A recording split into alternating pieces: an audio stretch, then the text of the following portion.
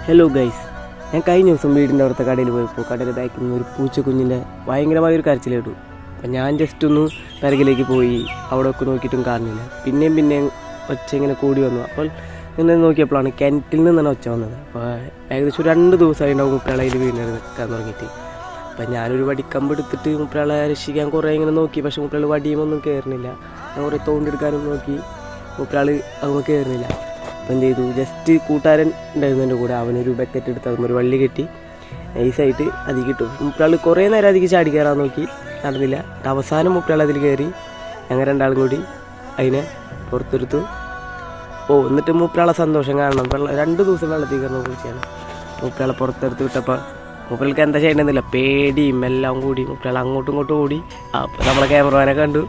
അപ്പോൾ തിരിച്ചോടി. അപ്പോൾ പൂച്ച രക്ഷിച്ചു. അപ്പോൾ പൂച്ച ഹാപ്പി, നമ്മൾ ഹാപ്പി. സുന്ദരമായിട്ട് മുപ്പയാൾ വീട്ടിൽ ഓടിയിട്ടുണ്ട്.